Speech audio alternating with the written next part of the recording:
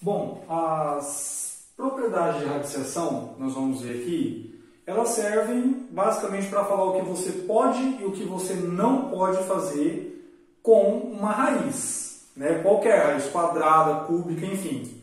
Na aula passada, a gente estudou com as raízes como somar raízes, né? E a gente viu que só é possível somar as raízes se elas forem radicais semelhantes. Radicais semelhantes, mesmo radicando, mesmo índice. Agora, qual é a primeira propriedade de radiciação? Em qualquer raiz, quadrada, cúbica, quarta, a raiz do produto é o produto das raízes, certo? Então, usando outras palavras, eu posso multiplicar dois radicais? Sim, desde que eles tenham o mesmo índice, certo? Então, o radical do produto é o produto dos radicais, tá bom? Segunda propriedade, que também é bem parecida com essa primeira. O radical da divisão é a divisão dos radicais, né? Então, eu só posso efetuar a divisão entre dois radicais se eles tiverem o mesmo índice. Daqui a pouco nós vamos fazer um exemplo. E desde que o b não seja zero, porque não pode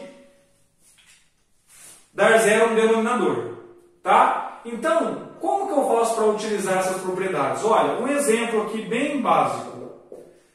Como que eu faço para multiplicar a raiz quadrada de 2 pela raiz quadrada de 32? Olha, eu não sei quanto que dá a raiz quadrada de 2, dá um número irracional. E de 32 também. Mas eu sei que quando tem o mesmo índice, eu posso fazer, raiz enésima de A, raiz enésima de B. Aqui o n é 2, o a é 2 e o b é 32. Então eu posso fazer raiz quadrada de 2 vezes 32, que é raiz quadrada de 64, e essa eu sei calcular. Qual é a raiz quadrada de 64? 8, certo? Então, posso multiplicar duas raízes, desde que tenham o mesmo índice. Outro exemplo. Eu tenho raiz quadrada, vou pegar uma raiz cúbica, né? Agora, raiz cúbica de 0,008. Professor, mas como que eu faço um negócio desse? Qual é o número que é o cubo da 0,008? Olha, não precisa esquentar a cabeça, né? Por quê? Porque eu sei quanto que dá esse número aqui, escrito de outra forma.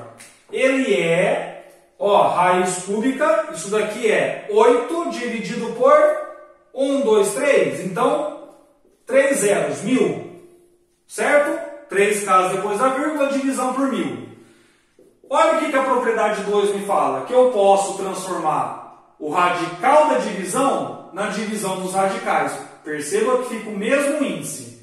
Então, raiz cúbica de 8 dividido por raiz cúbica de 1000.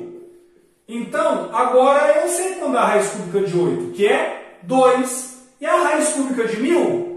Quem é o cubo para dar 1000? 10. 2 dividido por 10 dá 0,2. Olha lá, certo? Então, eu uso as propriedades basicamente para efetuar operações entre radicais. Tá? Vamos ver agora uma outra propriedade. Vou chamar de propriedade número 3. Essa daqui, Se eu tiver, por exemplo, que calcular uma raiz de índice m de uma outra raiz que eu vou colocar o índice m. Ou seja, como que eu calculo raiz de raiz?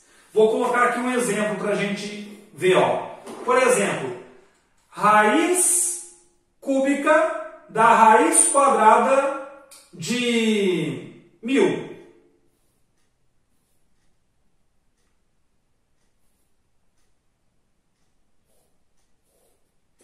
Certo? Então, como que eu efetuo isso? Eu posso efetuar assim, eu coloco tudo em uma raiz, multiplicando os dois índices aqui, m vezes n, então eu vou ter o índice m vezes n de A. Então, ó, raiz cúbica da raiz quadrada é raiz sexta. Raiz décima da raiz quadrada é raiz vigésima e assim por diante. Certo? Então, por exemplo, como que eu posso... Vou tirar esse número aqui, tá feio. Como que eu poderia efetuar a raiz cúbica da raiz quadrada de 64? Ah, professor, eu posso fazer a raiz quadrada de 64, né, que é 8, depois a raiz cúbica de 8, que é 2. Sim. Ou você pode fazer direto, ó. Você transforma tudo em uma raiz. Aqui é o 2. Aqui é o 3, então 3 vezes 2, 6. Certo? E a raiz cúbica da raiz quadrada de 64 virou raiz sexta de 64, que é o 2, né? Perceba, se você calcular passo a passo, dá 2. Ó. Raiz quadrada de 64, 8. Raiz cúbica de 8, 2. Dá a mesma coisa. Certo? Então, quer dizer, raiz da raiz, você multiplica os índices. Tá bom? E a quarta propriedade, que também a gente usa bastante, é quando você tem assim, ó, raiz enésima de um A elevado a um certo M. Tá? Então, se eu tiver a raiz de uma potência, eu posso multiplicar por P o índice da raiz e o expoente da minha potência. Certo? Vamos fazer um exemplo aqui então, para a gente ver como faz. Ó, por exemplo, vou colocar aqui, exemplo 4. Eu tenho raiz quadrada de 3, certo? Raiz quadrada de 3. Perceba que aqui eu tenho o índice 2 e aqui eu tenho expoente 1, certo? Índice 2 e expoente 1. A pergunta é, eu posso transformar isso em outra coisa? Posso, desde que eu multiplique dentro e fora da raiz. Ó. Se eu multiplicar, por exemplo, aqui por 4, eu tenho que multiplicar aqui dentro por 4. Tá vendo? Ó, multipliquei aqui por P, aqui por P. Então, isso daqui é a mesma coisa aqui. Raiz oitava de 3 à quarta. Certo? Essa é uma forma de usar essa propriedade. Qual é a outra forma de usar essa propriedade? Fazendo o contrário dela. Né? Por quê? Porque se eu posso multiplicar por P para virar isso, eu posso pegar isso, dividir por P aqui e aqui para virar isso. Como assim, professor? Olha, vamos dar outro exemplo aqui. Vamos supor que eu tenho raiz décima de 6 elevado a 64 elevado à quinta. Ó, então eu tenho raiz décima de 64 elevado à quinta. Nossa, mas como que eu faço para calcular? 64 à quinta vai dar um número enorme e depois eu tirar a raiz décima? Não precisa. Por quê? Porque eu pego o 10 que está aqui, né? E o 5 que está aqui. Ó, eu finjo que os dois estão multiplicados por P, eu vou lá e eu divido. Quem é um divisor comum dos dois? O máximo divisor comum no caso? 5. Então eu divido por 5 aqui, divido por 5 aqui, eu vou ter o seguinte.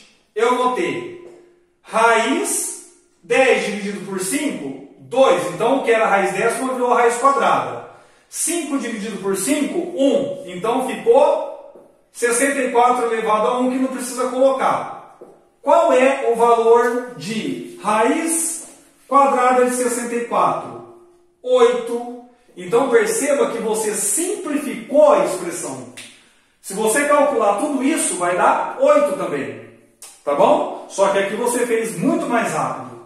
E para a gente finalizar, essa propriedade aqui que também é muito importante, né, que constantemente a gente vai usar, que eu vou chamar de propriedade número 5, é uma propriedade que ela faz você transformar uma raiz em uma potência. Então, vamos pegar uma raiz geral aqui, ó.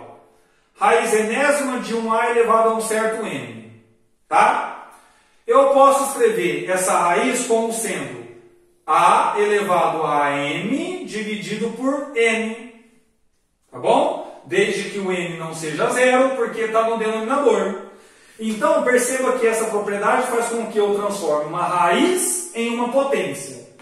Tá? Por exemplo, como seria a raiz quadrada de 2? Tá? Inclusive, você pode memorizar essa propriedade usando a raiz quadrada de 2. Ó, aqui dentro você tem o número 1, já que não tem nada, e aqui você tem o número 2, já que é raiz quadrada. Então, ficaria 2, né, que é o a, elevado a m sobre n. Então, 2 elevado a meio é raiz quadrada de 2. Certo? Outro exemplo, ó, se eu quiser, por exemplo, calcular a raiz quinta de 7 elevado a 10.